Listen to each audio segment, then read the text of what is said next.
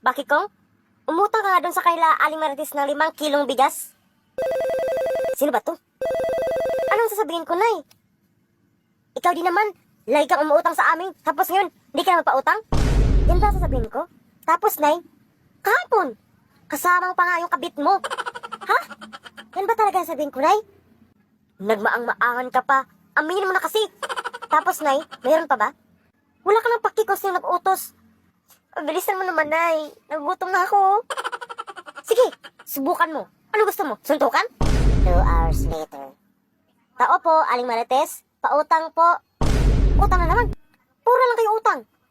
Ikaw din naman, lagi kang umutang sa amin. Tapos ngayon, hindi ka naman pautang?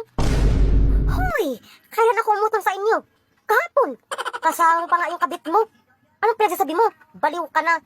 Nagmangmaan ka pa. Aminin mo na kasi. Sino nag-utos sa'yo na pumunta ka dito? Wala ka ng paki kung sino nag-utos. Basta sa mga bata ka, ha? Sige, subukan mo. Ano gusto mo? Suntukan?